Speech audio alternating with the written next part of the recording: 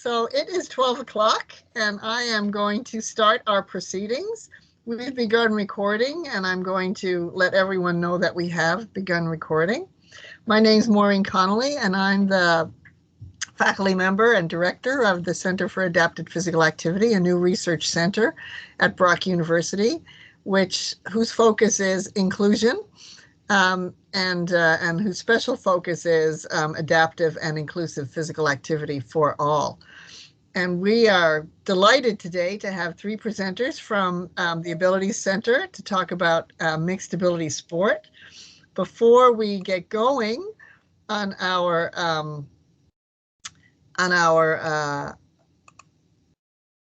presentation today, I do want to do a land acknowledgement.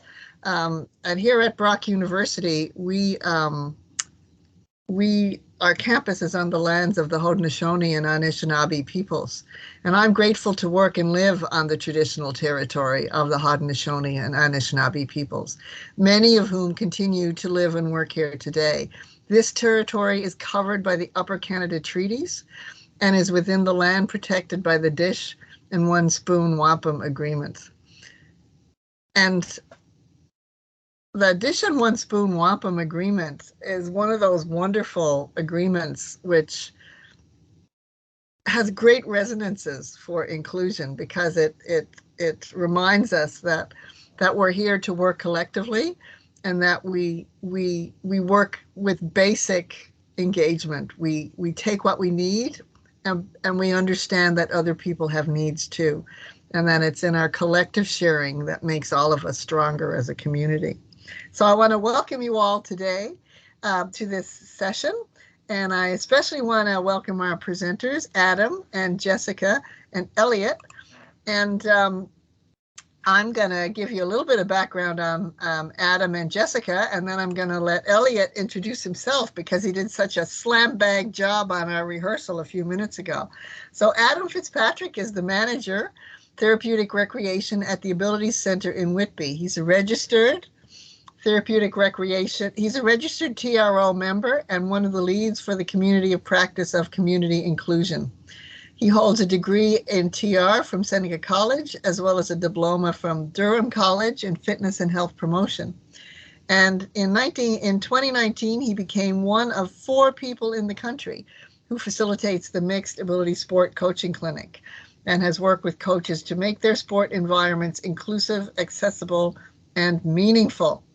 Some areas the coaches have come from include Ontario, British Columbia, Northwest Territories, Newfoundland, yay, my home province, and Alberta. Working in the sports sector and bringing the wealth of knowledge from a TR lens has allowed the opportunity for many athletes to discover new sport avenues, access to social outings, and the feeling of belonging to a team and a club. And Jessica Cunha is the Senior Coordinator, Mixed Ability Sport at the Abilities Center in Whitby. She's a registered kinesiologist and a provincial coach in training for figure skating and certified power skating. She graduated in 2014 in kinesiology and Portuguese studies at York University, and then completed an advanced diploma in sport management at Humber College. As a senior coordinator, Mixed Ability Sport, Jessica is working on facilitating coaching clinics across Ontario and Canada and developing additional supports for coaches, as well as co-facilitating mixed ability sport events and building partnerships with local community organizations to increase awareness and promotion. Jessica looks forward to continue to encourage inclusive sport and physical activity in different communities in Ontario and abroad. And she's really keen that everyone can have a positive experience. So welcome to Adam and Jessica. And Elliot, please introduce yourself so that we have our full panel. Okay, so my name is Elliot Smith and I am a physical fitness and literacy associate, mixed ability coach and athlete at the Abilities Center. Thanks, Elliot. And now I'm going to turn it over to Adam and Jessica and Elliot to take us through their presentation today. Over to you. Perfect. Thank you very much, Maureen. And thank you, everyone at Brock, for having us here today. Just before we get started, I'm also going to do a land acknowledgement from where I am right now. I'm in Whitby, or sorry, I don't live in Whitby anymore. I am in Bowmanville. So we just moved not that long ago. So we'd like to acknowledge that we as Ability Center are gathered on treaty land that is steeped in rich Indigenous history and home to many First Nation, Métis, and Inuit people today. We are grateful to be here on the traditional territory of the Mississaugas of Scugog Island First Nation land, which is covered under the Williams Treaties. We have a shared obligation to respect and honor and sustain this land. We also acknowledge all treaty peoples, including those who came here as settlers, as migrants, either in the generation or generations past, and those of us who came here involuntarily, particularly forcibly displanted Africans brought here as a result of the transatlantic slave trade and slavery. Today, we pay tribute to those ancestors of African origin and descent. Again, thank you all for having us here. And Maureen did such a great job giving us our intros. That is, I'm not sure if anybody can see me, but that is what I look like. And then there's Jess and Elliot. Go ahead, Jess. Yep. So today we're going to be introducing you to the Ability Center, who we are and what we do. And then we're going to talk about the evolution of sport participation. That is how we used to and currently participate in sport and what Mixability Sport Canada is trying to change. And we're also going to be discussing a little bit more about what Mixability Sport model is and what Mixability Sport Canada is as well, and just finish off with some next steps and the philosophy of the organization, and any questions at the end. So for those of you that don't know Ability Center, so we are based in Whitby, Ontario. So we are a not-for-profit organization and the world's most inclusive and accessible barrier-free community hub and a model of inclusion for other communities. Our vision is to educate and inform people through research and innovation on the need to celebrate the diverse backgrounds and just people in general from where we all come from. Ability Center enhances the quality of life and citizenship for people of all ages and abilities by providing inclusive programs and services of the highest quality and value. We give people the power to achieve their goals through sport, art, life skill programs, and innovative research methods while providing a welcoming and positive, energized environment. And our 150,000 square foot state-of-the-art facility. That's Ability Center, but what we usually say is that at the end of the day, Ability Center is just a building. So when the lights go out at the end of the day, it's just a building. The part of Ability Center that really grows and helps grows all those communities of practice is the programming and the philosophy that we bring into our programming and that we're bringing across Ontario and Canada. One of those programs is what we're talking about today. So that's Mixability Sport and Mixability Sport Canada. So I won't get into IMAS just yet, but essentially innovative variations within existing sport environments allow full inclusion. So not only for individuals with disabilities, but also those returning to sport, newcomers, and any individual in our community. Mixability Sport offers an option to maximize participation for individuals of any background or ability without the classification, divisioning, or labels. So the model represents a radical approach to promoting meaningful inclusion and really challenging the way we think of and join in sport. So Mixability Sport Canada in general, we'll get into this in a little bit, but we do offer a variety of training specific to coaching certifications and club accreditations to best support existing sport clubs and providing opportunities to engage the entire community through Mixability Sport. Our partners at IMAS in March of 2020, so it was actually February, so March 13th is when they came. So if anybody remembers a significant day of March 13th, 2020, that is when our entire country shut down. So that month, us and International Mixability Sport, they came over to Ability Center and we developed a partnership to change the landscape of sport. So the model is really different from other approaches, and some of those other approaches, and there's amazing things that people are doing, but a lot of them may be a separate or adapted approach to participation, and those are very much needed avenues for sport participation. The model that we go through is not looking to adapt a sport to somebody. So the model was first developed through rugby, where it grew organically from a lack of provisioning for individuals with a disability to play full contact rugby.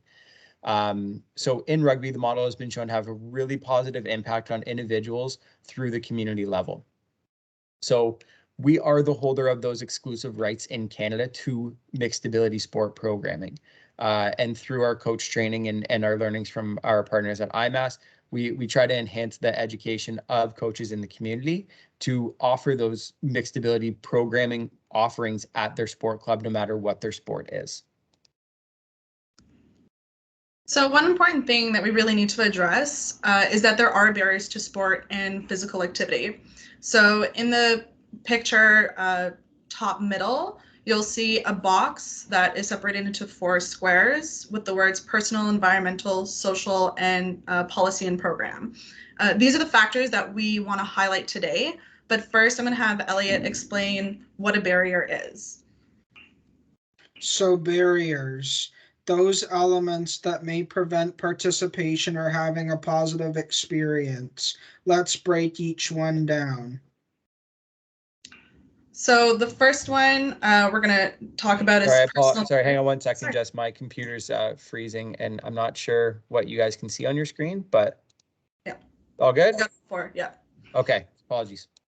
No problem. So the first one we're going to discuss are personal barriers. Personal barriers can be anything from a lack of physical activity, just your own personal fear of trying the sport, and even lack of time. Well, for also what I'd like to say is that social barriers would be like lack of family and friends, lack of role models, and negative societal attitudes. Yeah. Some environmental barriers are just the facilities themselves, equipment, and as well as transportation getting to and from locations, whether it's home to the club. And Elliot. And policy/program would mean like cost, lack of appropriate programs, and staff capacity. Perfect. So when we're really talking about those barriers, I'm sure everybody has seen the 3 pictures on the screen right now, but the first one, we're going from left to right. The first one's equality. So the image is showing 3 individuals standing on the same size box, watching a baseball game. So with equality, everybody is getting the same thing to watch the game. But when we go through these 3 pictures, think about those boxes as resources. So everybody is given the same resource to see the game, which is clearly not working. So with equity, everybody is given what they need to see the game, right? So you have the first individual who doesn't need any resources to see the game. Middle individual only needs 1 resource to see the game, and the final individual needs 2 resources to see the game. The other thing with these resources is that, as we know, resources don't come at the same time, right? Some of these resources could take months or years or wait lists or loopholes or focus groups and assessments and evaluations and all these things to get these resources just to see the game. What we want to try to move towards is actually let's remove that barrier and really explore just breaking down barriers and allowing people to access things. So with transactional to transformational change, the initial focus was to support the individual to adapt to the community, right? So this is our community program. To access our program, you need to do A, B, and C. The renewed focus is to actually change the community to adapt and support the individual. So we want our community programs, and specifically our sport programming, to be open and have options and give people the autonomy to choose how they participate. So the example that we like to give at the center is with a game of pickleball. So we've been running pickleball programming for probably the better part of 7 or 8 years now. And for a long time, we thought we had an inclusive environment. That's what we thought we did. What we actually had was a welcoming, or we thought it was inclusive and we thought it was welcoming, but it didn't actually represent who wanted to play pickleball. And there's an individual, their name is Noah. They are part of our inclusion and sport team. So myself, Jess, and Elliot all sit on our inclusion and sport team. And essentially what we do is we co-develop and co-design all of our presentations and co-facilitate all of our clinics and presentations. That's why there's 3 of us here today. So what NOAA helped us do was really take a look at why is our pickleball program not inclusive? Well, we realized that we didn't have the right resources on the court. We didn't have a proper coach on the court. And then NOAA was really the trailblazer that helped us bring individuals with disabilities, people that have never played pickleball before, that wanted to, but didn't see themselves in that environment. So that's how we ended up creating Mixability Pickleball. And we've been in conversation with Pickleball Ontario on bringing this model to other pickleball programs. So if you haven't played pickleball yet, I highly recommend it. It's a fantastic sport. Go ahead, Elliot. The Mixability model. Mixability aims to promote social inclusion through sport education and disability advocacy. The model emphasizes regular, frequent, and sustainable involvement, self-determination, membership, and opportunity for social interaction with everyone. So essentially, the mixability model starts from the assumption that anyone at some point in life can experience a disability, whether for a short-term, long-term duration, and it could be due to social, physical, or mental constraints. And as Adam had mentioned earlier, the mixability model promotes the social inclusion through sport and education and encouraging players of all abilities to be equal members in mainstream sport. The model also represents that innovative and radical approach to the broader social inclusion, revolutionizing the way people think about sport participation. And we're just trying to aim and create a fully inclusive and safe environment for everybody, regardless of their age, their gender, background, or ability. So it's really just essentially creating this atmosphere and environment where everyone is welcome, feeling included, valued, and supported, and just thoroughly enjoy where they are. So if we look at the evolution of sport participation, the first way that shouldn't really be happening is that exclusion. That's what we want to avoid, right? So the picture is showing a barbed wire circle with purple dots in the center. They may be playing a game, and then there's orange dots on the outside, and essentially saying you can't come play. People with disabilities cannot play this sport. So the second image is showing 2 circles surrounded by barbed wire, and you have in the larger circle all of the same colored mini circles together, and then in the smaller circle, again, same colored circles right in there as well. And this is just showing more of like the segregated or specific programming. People with a disability who can only play sport in separate sessions. And again, before we go on to the next piece, the piece with segregated or specific programs, such as maybe Special Olympic programming or parasport programming, those are valuable programs that we are not saying that everybody needs to do mixed ability sport. It is about choice. If you think of a highway lane, we are just another lane on the highway to sport participation. If somebody doesn't want to fit into a bucket or wants to try something new, or is returning to sport, we need to make sure that there's the option for people to choose how they want to participate. Go ahead, Elliot. People with a disability can play sport, but with special rules and adaptations. Right. So that's showing integrated programming, right, or adapted programming. So you can come and play with us, but we're going to have maybe specific rules for safety or whatever that might be. But only individuals with disabilities are going to play this way, and then everybody's going to play another way. Okay. So the last photo is the barbed wire breaking open, and this is where you see the different colored smaller circles being all together. And this picture really shows the inclusion that we're trying to go for. So everyone's scattered equally amongst the barbed wire, and this is when the needs of the participants and the athletes that are involved in the club are considered in the planning or the design of the activity. Everyone's, like I said, everyone's needs are considered in the planning, and this can be for anything, like whether it's a meeting, a post, anything. The person may still require support, but because their needs are considered prior to the program or the start of the program, they don't have to worry about arriving to a program and having everything modified on the fly. It's really just, again, taking their needs into consideration and allowing everybody to play together.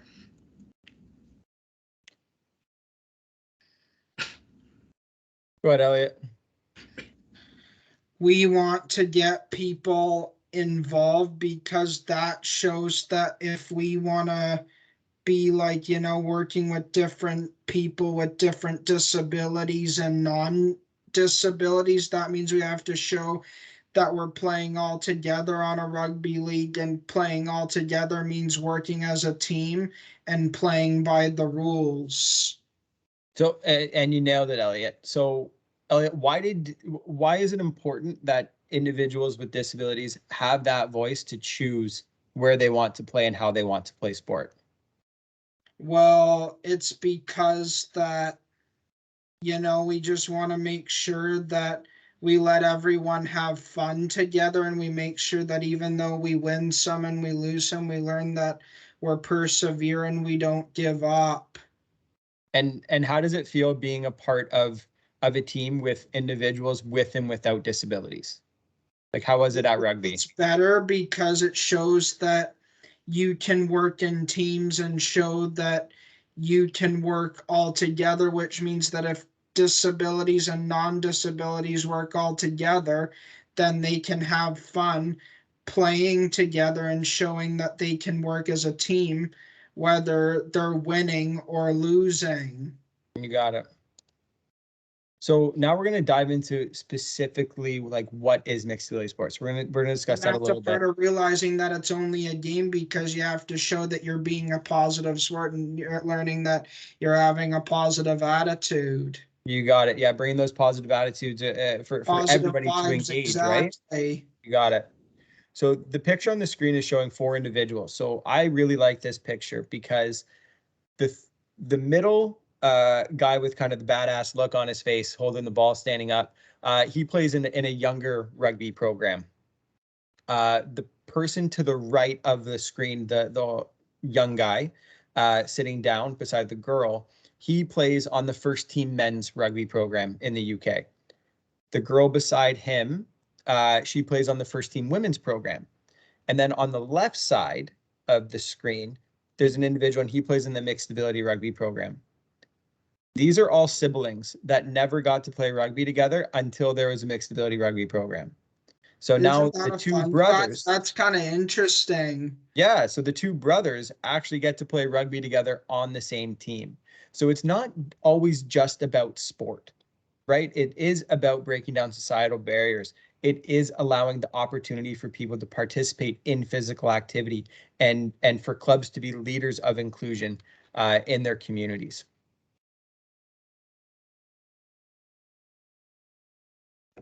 That's good to hear. All right, Elliot, do you want to give the larger words? What is Mixability Sport Manifesto? Health and happiness. Sport has the power to transform lives, making us healthier and happier, and yet there are people excluded or segregated because of stigma, prejudice, or personal perceptions of their capability. Equal participation. Mixability is a social movement within sports actively promoting inclusion and equality through a sense of belonging and membership to a group, team, or club. Inclusion and equality. Too often, sport is seen as the prerogative of elite athletes or established majorities. Grassroots sport can also be responsible for excluding minorities, allowing access only to charitable or segregated activities. Rules and regulations. Mixability sports follows the same rules and regulations of mainstream sports without adaptations and only minor adjustments to take into account individual participant needs. Membership and belonging. Mixability recognizes the right of everyone to participate in community sports without being separated, classified, or labeled. Breaking down barriers. In breaking down these barriers, Mixability sport creates opportunities for marginalized communities to challenge the established status quo and affirm the right to equal participation. You nailed it, Elliot. So what is the manifesto, right? So the manifesto essentially, that is our guiding principles for mixed ability sport. This is what we hold ourselves accountable to, and this is what we hold the coaches accountable to. Jess, anything to add? Oh yeah, I was just going to go through a brief overview. So again, with health and happiness, we all hear within sport, actively engaging in it has been shown to be beneficial in so many different ways, such as becoming more resilient, increasing confidence and self-esteem. So that's why this is like one of our major first parts of the manifesto. It's that health and happiness aspect that sport can bring to everyone. Again, with equal participation, there's so many things that come out of that. So being a part of a team, it creates outlets for social interaction, community education, and also just creates this environment where we all belong. Again, it trickles right into the community and leads right into that inclusion and equality aspect where we're creating a new pathway, like Elliot said, for the grassroots to regional, national, and international competition. And it's, for first-time athletes, it could be for elite players, players with and without disabilities, again, all playing together. And then this then changes and challenges the outlook of how sport can be played. In regards to those rules and regulations, again, mixed ability sport, it's played much like traditional sport. And really, it's just a minor variation that's added to the game for an individual, but the rules are still the same. When we're breaking down those barriers, again, at the end of the day, everyone has the right to risk. And that's something that's really, really important to remember. And that's just going to come with playing the sport. We all know that when we start or when we enter into a sport, there's always this risk factor of getting injured, but we all have that choice to make. And if I know that I can get hurt playing this sport, a lot of the times I will look at the benefits, and the benefits always outweigh the risk for me. And I'm happy that, we all have that choice. Perfect.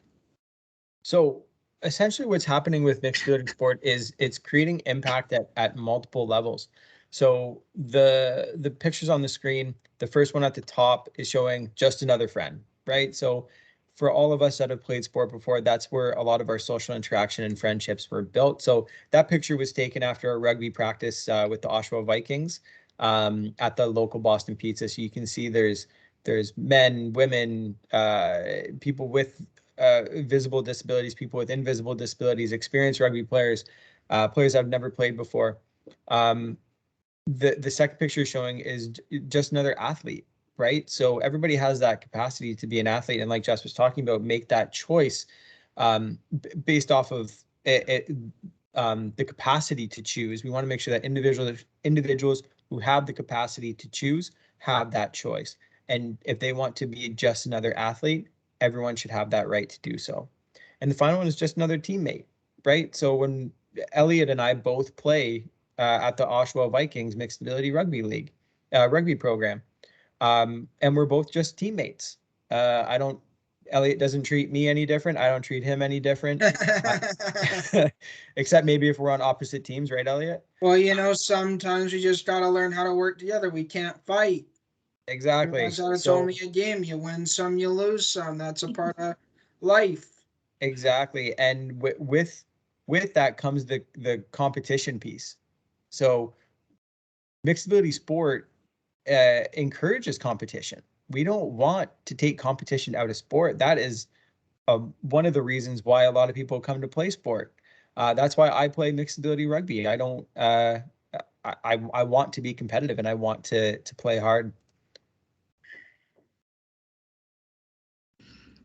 So now it's really important to try and discuss what mixed ability sport isn't. Defining mixed ability and how it differs from disability sports provision in particular is at times, a huge challenge.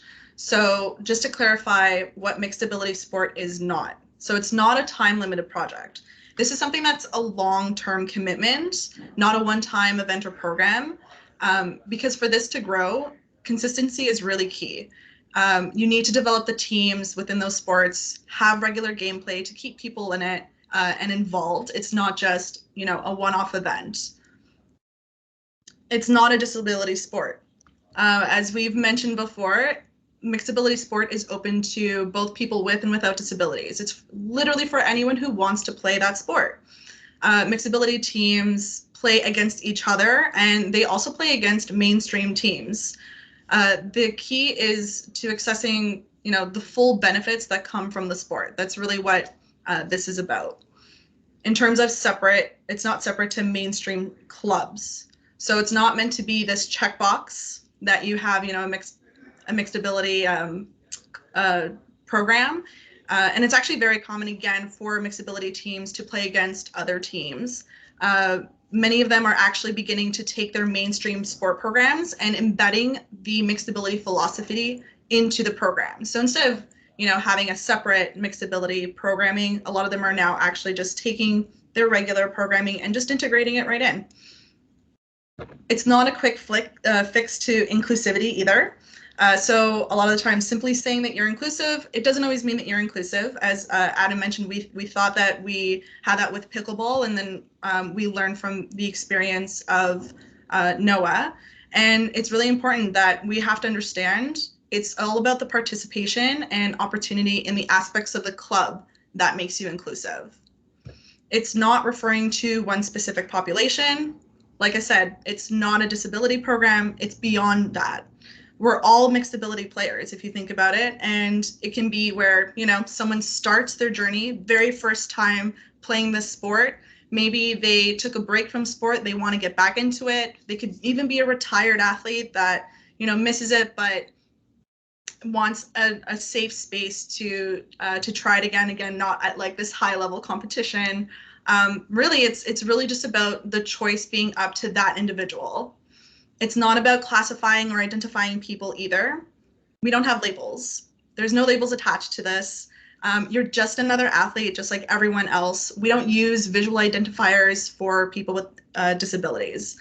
And lastly, it's not about using different rules and regulations. So as mentioned earlier, mixability sport, they're played to the standard rules and the regulations that are agreed by the governing body. Again, just minor variations so that there's mass participation. So mixability sport in Canada. So where are we now? So we have a video. I don't think it's going to work, but we did host the first ever all-in Rugby Cup Tournament. So the Rugby Cup Tournament was 4 different rugby clubs across Ontario came together, and we played a tournament of mixability rugby. So there's the Oshawa Vikings, Muddy York, and / Muddy Lions, which are based in Toronto. There's the Burlington Centaurs and London St. George's. So all these teams came to Oshawa. Just a really great day. It was part of our SI grant, Sport Innovation Grant. We presented at the Global Physical Literacy Conference just last year. Expanded coach training to other locations in Ontario. So we have Markham, Sudbury, North Bay, and Oshawa. And the Sport Innovation Grant research report with rugby teams showed really positive findings. So you can actually find that on our website. So the season because of COVID, mixability rugby did start off as flag rugby. The season had 57 athletes, all aged from ages 18 to 67 years old, from the 4 clubs in September for the All-In Rugby Cup. We did find that athletes experienced quality participation in mixability rugby, created more sport opportunities, engaged athletes in meaningful competition, and allowed them to increase their physical activity, and improved the organization or the club capacity to confidently deliver that sport. So really, really great findings coming out of that. Quite a few athletes also identified that they were participating in mixability rugby because within this model, they were not required to have previous sport experience. So that was a really benefiting factor. And like I mentioned before, one of the more important pieces was that mixability rugby didn't hinder the competitive nature of the sport. So people were still coming out and playing hard. So everybody felt like they had a real meaningful competition through the teamwork, goal setting, and mastery pieces of mixability rugby and the practices that they have been doing leading up to that tournament. And the goal is to move into contact. We just had a meeting last night with the Oshawa Vikings with all the athletes who are doing mixability rugby. And we're moving into mixability rugby contact programming once COVID restrictions lift. Go ahead, Elliot.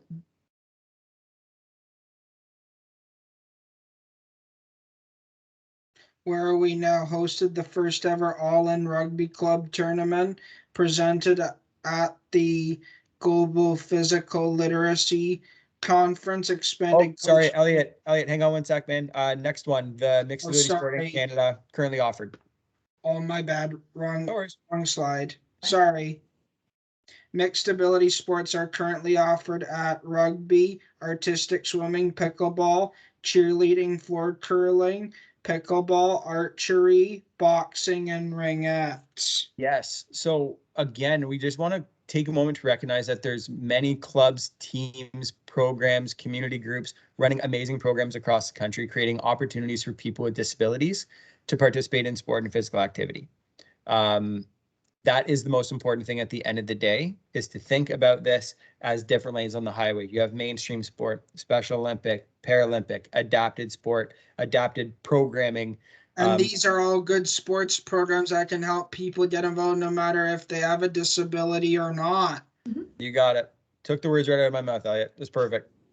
Sorry for reading the wrong slide, by the way. No worries. Okay, I'm going to try this video. I'm going to see if this works. Jess, I'm looking at you to see if you hear or not. Yep, we're good. Perfect. Enjoy. I'm Miles Spencer, CEO of Rugby Ontario, and it's a pleasure to be here for the first ever All-In Rugby Cup. We have everybody mute. Disability Rugby is going to provide increased opportunity.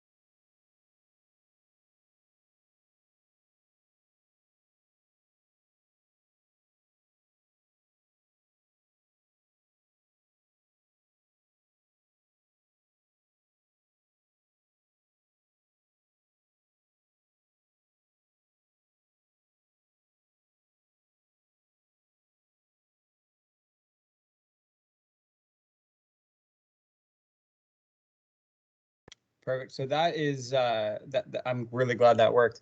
If it didn't work for you, just let Maureen know and I can send that video along to her and then you can watch it on your own time.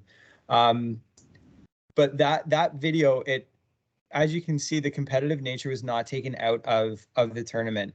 And this process of getting mixability rugby going started way back in January 2020.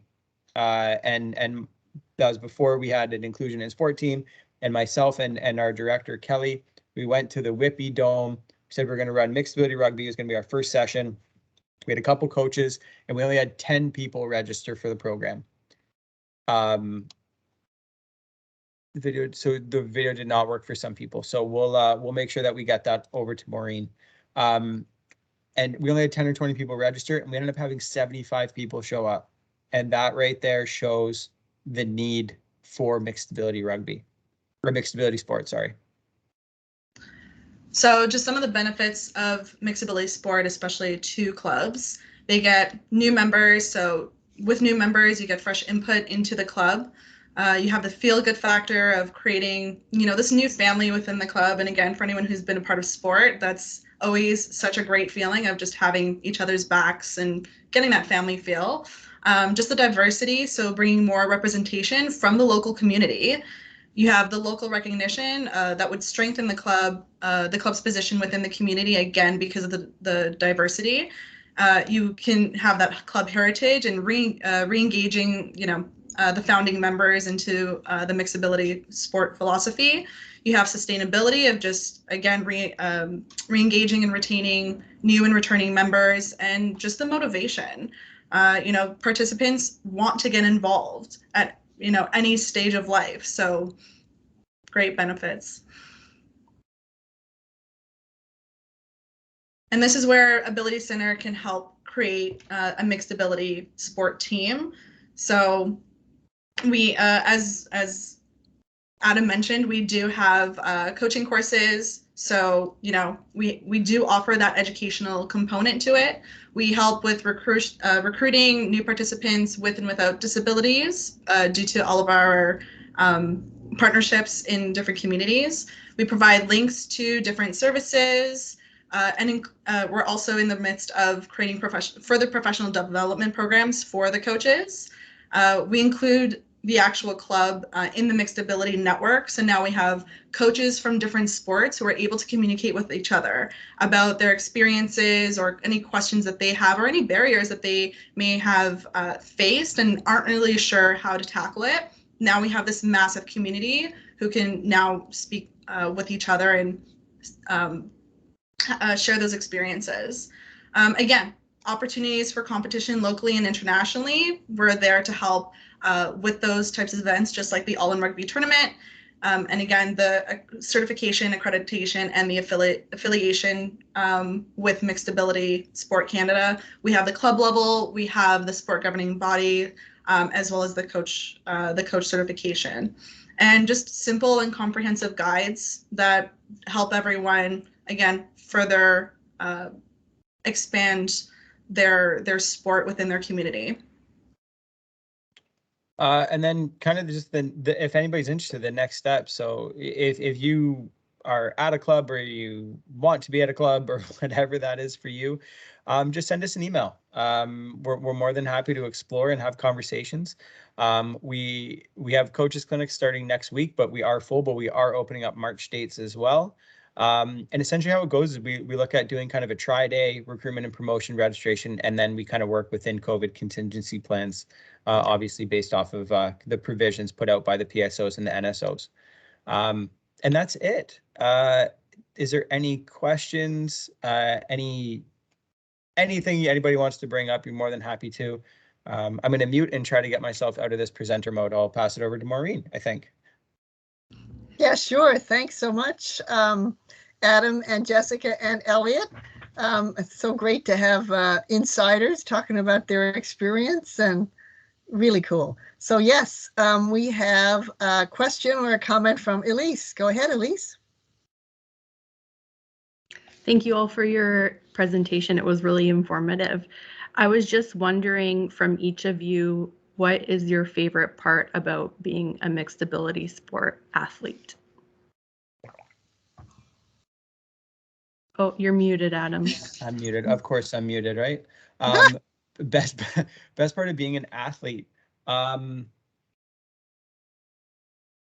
think my favorite part of being an athlete is this is only my second year playing rugby. So it was a really great kind of, I thought it was going to be more of like an introduction to rugby for me, but I know I look like I'm 17, but I I am in my 30s and I don't want to run around with 21-year-olds that have been playing rugby for 21 years. So I'm not looking to kind of get overly competitive or like tour or anything like that. So Mixability Rugby gives me that. I can go to the club, I can get out, get some exercise, play a competitive sport. And then the social aspect also is a lot of fun because at the club, after the game, everybody hangs out on the patio, has a drink. There might be food, and then you watch the next game. It's just a really great environment for me. I'll pass it over to Elliot. What's your favorite part of being a mixed ability rugby athlete? You're muted, Elliot. Just like me. Well, basically what it means is that it's just, trying to show that people can work as a team even though they have disabilities and they don't. And it's just all about having fun and realizing that it's all about winning or losing. You just are there to do your best. But what's your favorite part about being a mixed ability rugby athlete? Basically just getting out there and having fun. For sure. So I am not a mixability athlete just yet. I'm hoping to get into floor curling actually. But again, unfortunately, with the lockdowns, it did close. But I'm actually more focused into becoming the mixability coach. It is something I've always been very passionate about coaching, and it's this model that I'm really trying to instill into my figure skating as well as hockey association once. Hopefully February 5th, once everything starts opening up again. And for me, it's just, again, giving everybody the opportunity for me, giving the opportunity for people to just enjoy skating as much as I did growing up and getting that, team environment. A lot of people think with figure skating, we're all individual and competing against one another, and we probably don't talk that much. We do. Competing against friends. It was just competing against friends. It was still fun. We would go to a pool party afterwards type of thing. And some of my best friends came out of sport. So I just want to be able to provide, again, my love for the sport. I want to be able to teach it to everybody that I possibly can. Great. Thank you. Thanks. Ted, over to you. Okay, thank you. This is basically a two-part question. And by the way, I enjoyed the presentation. It was absolutely excellent and eye-opening. How do you deal with folks who have a disability that don't want to get involved in a sport that includes able-bodied people? And also, you had mentioned that the sports that you're dealing with do not modify the rules very much for regular sports, quote unquote, on the word regular, for people that have disabilities to participate. In other words, how would you propose to eliminate ableism that exists in a pre-existing sport as it is presented right now? Great questions. So the first question, just so I can, how do we work with somebody that has a disability that doesn't want to play with individuals with disabilities, but wants to play that sport? Yeah. Was that the question? Yeah. So I think I would leave that up to the individual. I think having those lanes on the highway and having that autonomy to choose whether they want to play, like a great example, for instance, at our center, we had one of our staff, she's a part-time chair user. And then her question was, well, what if I want to play rugby? Said, my first question is always going to be, are you passionate about playing rugby? Do you want to play? If the answer is no, then that's okay. We don't have an issue. If the answer is yes, then let's really explore what that looks like. Now, do we look at going onto a field? Is that something that works? If not, there is wheelchair rugby programming. And then maybe that becomes part of the Oshawa Vikings Rugby Club. If that person wants to play with individuals with and without disabilities, then I would contact like Wheelchair Ontario and Wheelchair Rugby Canada and say, let's explore mixed ability wheelchair rugby and let's get everybody coming together to play. So I think a lot of it definitely depends on what the individual wants and is wanting to choose. Your second question around kind of the not changing the rules, there's no real changes to the rules, but there are variations given on an individual basis.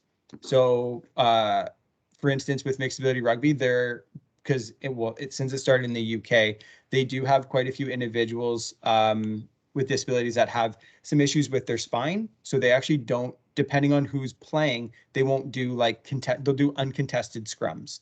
So they won't kind of have that pushing contest with the ball in the middle. They won't do a line out, which is where you throw that ball in and you lift somebody up. At Oshawa, when we played and those variations came up, it really was looking at allowing people to advocate for themselves on what they needed.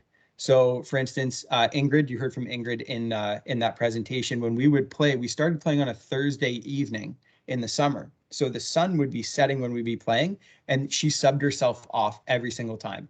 And then somebody asked her, I said, Ingrid, why are you subbing yourself off? She goes, oh, the sun's setting. I can't see anything. So I can't play. That person I was on the field and they said, Adam, can you guide Ingrid? I'm not a guide. I have no experience guiding somebody. But I just asked Ingrid, I said, what's the best way for me to do this so you can play? She's like, just tell me where to go and when to reach. I said, okay. I took my penny off. She came back on the field and I guided her as best as I could so she could participate. But the state of the game didn't change. It still was competitive. There was no tokenism or anything like that where they're like, oh, let's go easy on Ingrid because she has a guide. They kind of we just continued playing. So in very much of a sport that may have been looked at as kind of that ableist, as you mentioned, Edward, being rugby, being like when we say rugby, the first thing that everybody probably thinks of is contact and impact and maybe bloody nose. Or I mean, if you look up rugby on YouTube, the first thing that comes up is like best hits in rugby, right? So it's definitely just having those champions on the ground, number one, to advocate for themselves to play rugby. The second thing that we've also done is we work very closely with Rugby Ontario and Rugby Canada to change policy and things like that at the top end to make their registration process more accessible for them to understand why disability is so important for their sport. And then working at the club level with the coaches to help provide those environments and break down those assumptions and stigmas that they may have about disability in their everyday practice or when they're playing a game. And then we actually have conversations with the referees on how to referee a mixed ability rugby game because they may not have experience working with individuals with disabilities in a sport competitive environment. And just to go off on that too, Adam, and correct me if I'm wrong, but for the actual games themselves, there is a huddle prior to. Yes. Yeah. In order to have these discussions. Yeah, before each game for rugby, especially when we move into the contact piece, there's a pre-conversation before the game, right? I mean, I guess it is out now. We are planning on going on an international tour to Ireland to play mixed ability rugby in the International Mixed Ability Rugby Tournament. So what happens in those games is that there's a precursor conversation. Oshawa Vikings Rugby Club, we've been together as a team for on and off with COVID for about a year, maybe two. These teams in the UK have been together for 10 years. So there's going to be a conversation beforehand to say, look, we've only been doing contact for 7 months. Please don't run us into the ground. Please, can we take and the first 6 or 7 minutes is getting a flow of the game and knowing how everybody moves and just kind of because you're going to have really big athletes. I'm not a big person. There is a level of common sense that comes in with that conversation as well that looks to tackle that. Getting the right people involved is the most important piece, though. Okay, thank you. We also have a question from Jameson. Hi, everyone. I'm so happy to be here. Thanks so much, Adam and Elliot and Jessica, for your presentation. My question really relates to children and youth being involved. I'm sure you expected that since you guys know me. I heard you say that the mixed ability rugby was 18 to 70 or 67 or something. what should I take from this presentation back to my center of how we can start to engage young ones in this type of sport? So actually, I was gonna say I just had a conversation about this on Wednesday. And also, hi, Jameson. Hi. Yeah, so we actually just had a conversation about this Wednesday night. There is a rugby group, the Toronto Rugby Club. They are dealing with youth, and we actually had this conversation. And in terms of Rainbow Griffins. No, it's a different one now. Sure. Like there's the Rainbow Griffins, but there's like another rugby group that just popped up on Wednesday that was interested too. Yeah. So my understanding from their conversation is that contact is not introduced until I think the age of 16. Yeah. And they also, so it starts off as flag. So it's really like the way that a lot of sport programming is designed is really just to teach those essential skills, those baseline skills to children, so that when they do, if they should choose to either continue into flag or go into contact rugby, they already have all those baseline skills. And if they want to go into contact, that's when you have those conversations with the next club, or if they're remaining with that club, you just start having those conversations of how do we teach it, this is how we teach contact, make sure that everyone, again, is having those conversations at the beginning of the game and amongst the team as well, too. And I think one other thing is it honestly does start with one person to advocate for themselves. So one thing we didn't say in the presentation was that Mixability Rugby started in the UK because of a guy named Anthony Brook, and he was part of a special education class that Mark and Martino, who were the executive directors of IMAS, but they're also teachers, or Mark's a teacher. And Anthony his assignment was to find a sport program in his community and try it out. And he wanted to play for the Bradford Bumblebees, which is actually one of the teams that we will be facing in our pool in the tournament. And Anthony, and they said, okay, like we don't have a disability program. He goes, I don't want to play a disability program. Like I want to play contact rugby and I want to play for the Bumblebees. And that literally changed the fabric of how World Rugby set their policies, because Anthony was advocating for himself, and he has the autonomy to choose, and it is a law that everybody has the right to sport and physical activity. That is something that they literally changed World Rugby law. So it does start with kind of those champions, and champions can look a number of ways. It can be an individual with a disability. It can be yourself, Jameson. It can be those advocates in the community to really push.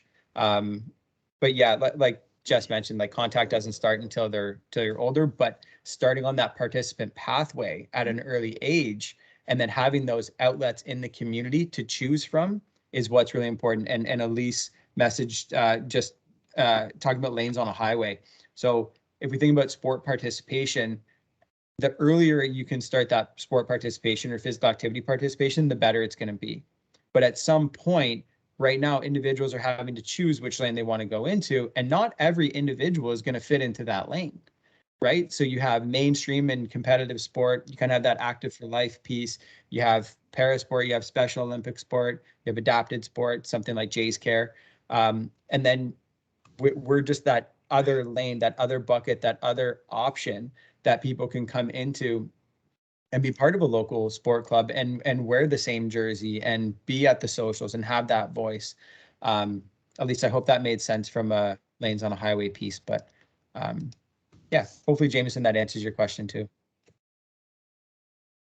Great. Thank you. Thank you. Other questions or comments?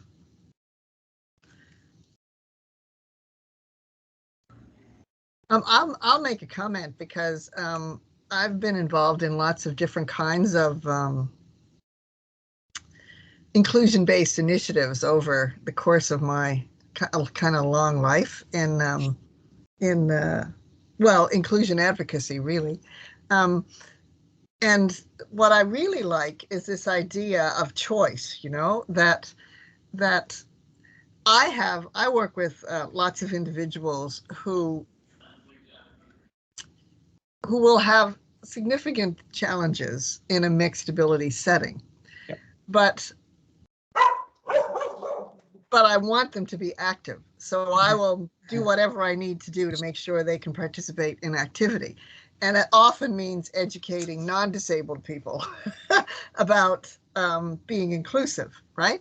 And making the changes they need to make. And I also work with individuals who want that sort of I want to get in there and just, do this sport and be with this sport, and be with lots of other people who love the sport, right? So the idea of the sport looks cool, I want it, And then I've also been involved with individuals who've kind of had it with regular sport and want to be around people whose bodies are like their own. So they don't feel like they constantly have to be, measuring up or whatever.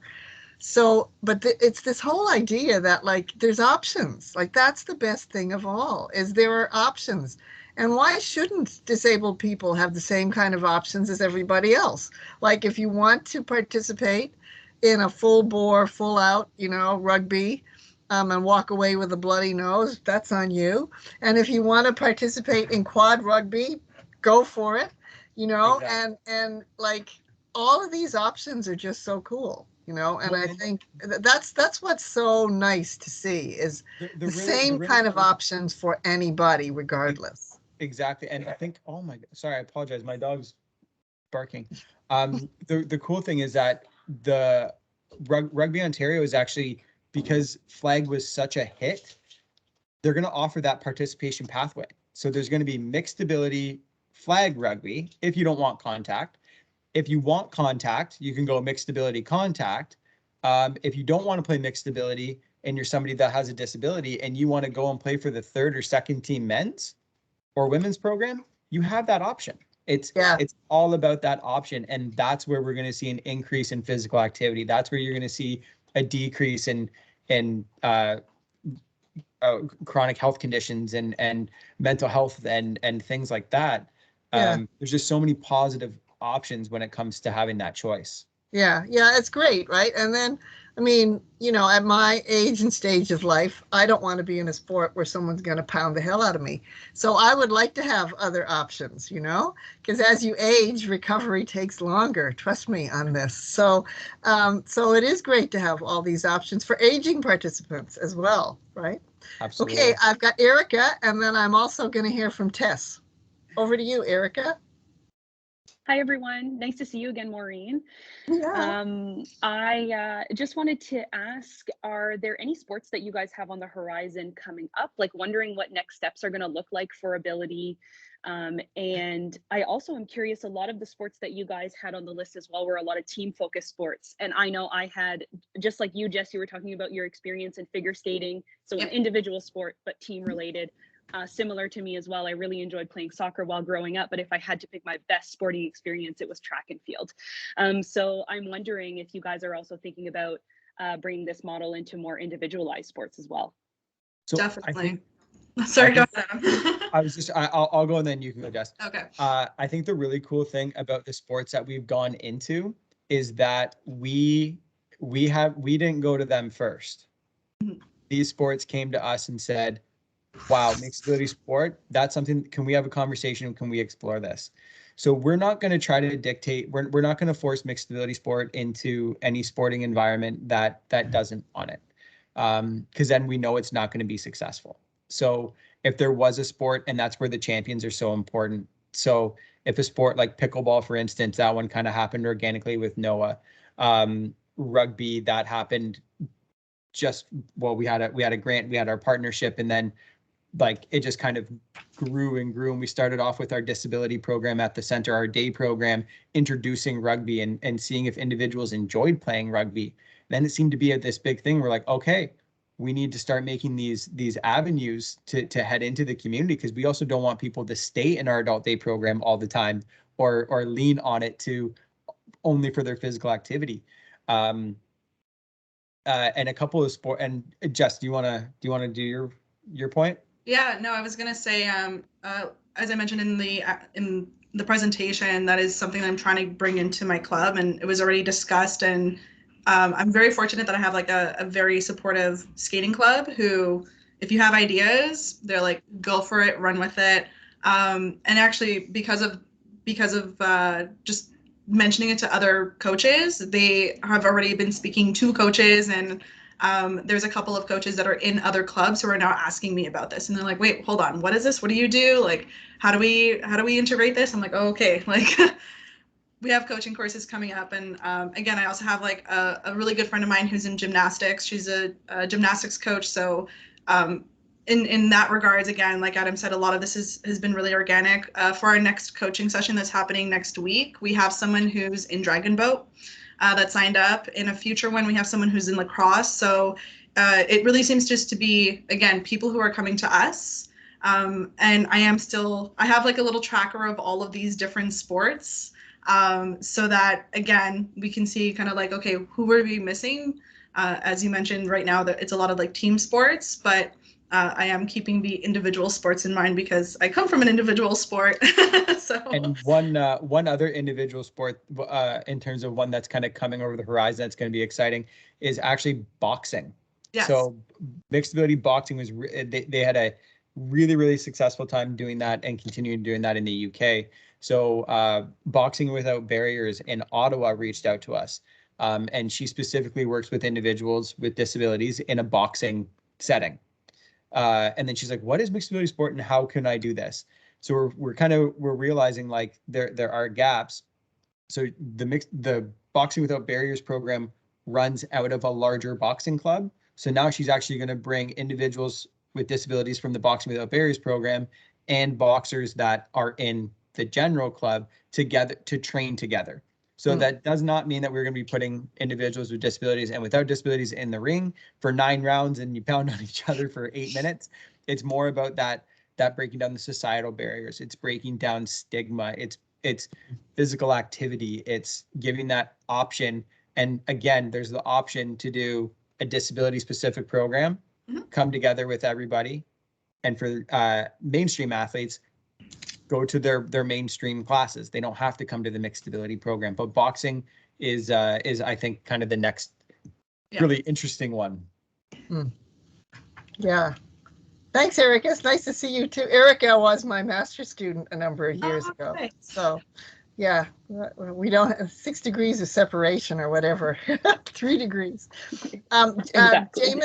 Jameson, your hand is still up. Is that another question or is that kind of a leftover? It's a leftover. Yeah. Okay, there you go. And I've got a comment in the chat from Tess. And Tess, maybe you want to ask a question too. So you were mentioning Special Olympics and parasport athletes. Has there been any kind of back and forth between Special Olympics and parasport with mixed ability sport? Not really, no.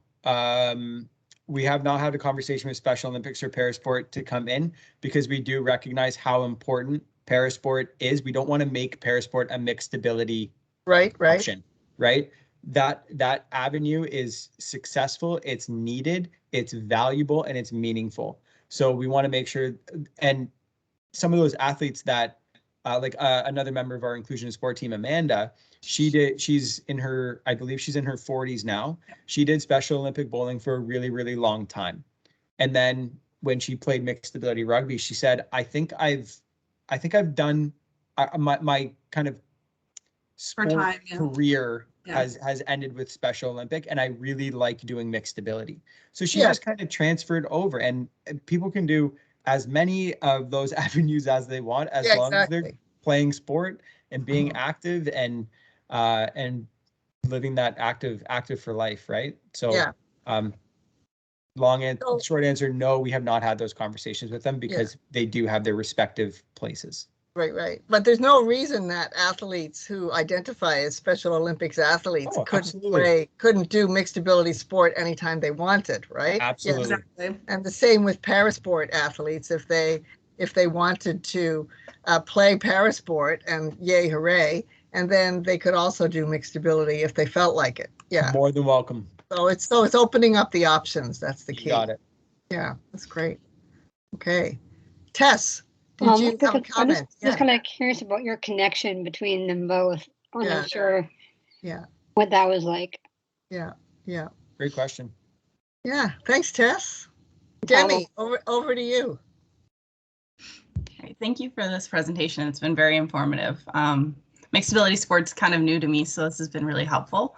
I just actually had a quick question for Elliot. I was wondering, what would be your advice to someone who's thinking about joining mixability sport for the first time? Well, if someone hasn't joined yet, they could go keep themselves active at the Ability Center. Make sure you go by a healthy diet. Eat fruits and vegetables, drink plenty of water, and make sure you go out on walks regularly from time to time every day. And finally, last but not least, make sure you join other sports teams throughout the community. So Elliot, one quick thing. So everybody here is, a lot of people here at Brock University, so they're not in Whitby, so they can't come to Ability Center. But when it comes to going to mixed ability programming, what advice would you give somebody that's going to like mixed ability rugby for the first time? Like if they're worried or concerned, like what was your first experience like? If they feel worried or concerned about something, make sure that there's nothing to worry about. People won't hurt each other. They'll work as a team if they have different disabilities or not. And you have to show that if you work with disabilities and non-disabilities, that means mixed ability is a place where everyone can have fun and work all together. Right. And with like what is kind of the benefit of doing for somebody that maybe is in Niagara, like Jameson or wherever, like why would somebody want to do mixed ability sport? Well, it could be because that they're trying to find ways of keeping active and make sure you stay fit and be strong no matter what you do. Perfect. Thank you, Elliot. That was helpful. I just have one quick follow-up question. And also, this is what I learned from karate. Do your best. Yeah. Love it. Thanks, Elliot. That was helpful. My other question to that was a bit of follow-up. Do you know if there is a mixed ability rugby team in Niagara? So it's funny that so one of our inclusion and sport team members, actually his name's Quinn, he just moved to Welland.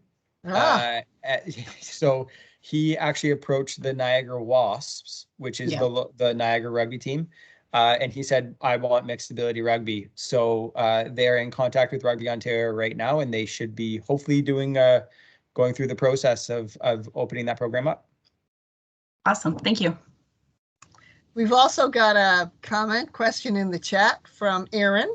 Can you elaborate on your Triad Day opportunities? Do these happen at your center, or do you also do outreach?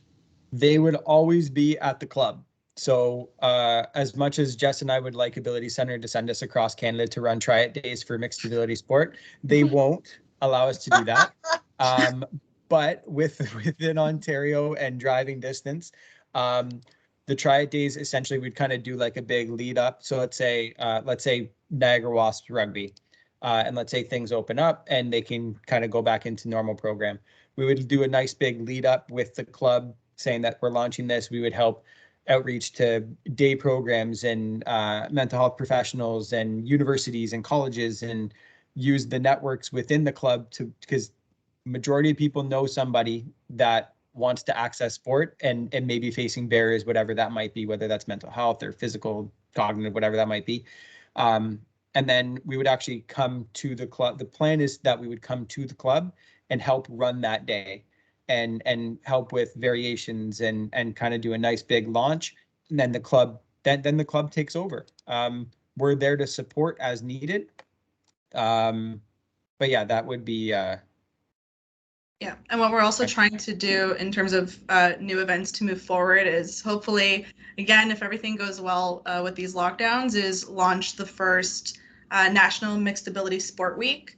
And this would be an opportunity for those clubs within 1 week. They can choose however many days they want to host a triad session in their community. But again, it's on a national level, so we're hoping to get that larger reach. and whatever resources they require, that's where we can help with like the marketing and promotion and the wording. And again, as Adam said, just reaching out to the community so that they get as many people in attendance to try these sports. Because again, I know we keep talking about rugby. We have so many different sports, and it's really great to highlight and provide all of those sporting options. So, yeah. But we do also sometimes host things at AC. Yeah. Sometimes. Actually, depending on how our semester goes, we would love to host an event at our S.N.A.P program, because we think that would be kind of an ideal place to get students involved and some of our community members involved. So, but like you say, a bit of that is up in the air right now in terms of who can go where. Jameson, another question. You know me, full of questions. This question is about like the coaching training. So who is it that you're looking for to take the coaching training? Like, coming from children treatment, is it appropriate for me to take a training, or should I be advocating for that collaboration in the community first before we get there? It's a great question.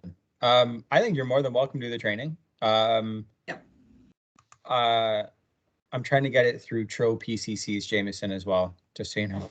Brilliant, Adam. Brilliant. I'm on it. Don't worry. That is brilliant indeed. Yes, so I agree, Elliot. I think anybody that even, because I think for you, Jameson, like you're probably not going to run a mixability program in the treatment center, right? The fabric of mixability sport is supposed to be within the grassroots sports in the community. So like Ability Center, like we don't have like a mixed ability program per se. Like our programs they're inclusive, but they don't fall in that mixed ability category because that's grassroots sport. So from a knowledge standpoint and like expansion of maybe what the definition of inclusion can mean, and the philosophy of mixed ability sport, like you'd be more than welcome to. And then that could maybe like open up conversations to see like what kiddos you work with that might be interested in what sports they really love, and then finding those outlets, and then those coaches would then come in kind of a nice pathway all the way through. That's helpful. Thank you. Yeah, thanks very much. Okay, other questions or comments? Oh, I saw one from Tess as well. Would the rules be different for Special Olympics and parasport athletes? The rules of the sport, we try not to change as much. We try to keep it as traditional sport as we can, Tess. And then we meet the individual athletes where they're at. So whatever they need to be able to participate is what we provide, but we will not dictate what somebody needs to do or what they have to do based off of the sport, unless it's something that they actually advocate for or need. Great. Okay. Okay. Well, thanks so much, everyone. Thanks, guys. For your participation today and for your interest in mixed ability sport. This has been a great webinar. I'm so glad we've videotaped it, recorded it, because now we can put it on our website, and you're saved for posterity, so anybody can watch it at any time. So that's great. And yeah, let's keep this conversation going and continue to collaborate, because there's some great opportunities here to increase the choices of activity options for anybody of any ability. So thanks so much for being here today. And thanks to all our participants for being here today. And yes, Demi, you can officially turn off the recording, but if people would like to stay and chat for another 5 or 10 minutes and catch up and have old times or whatever, feel free. We have the site for another 10 minutes. Awesome. Thank you.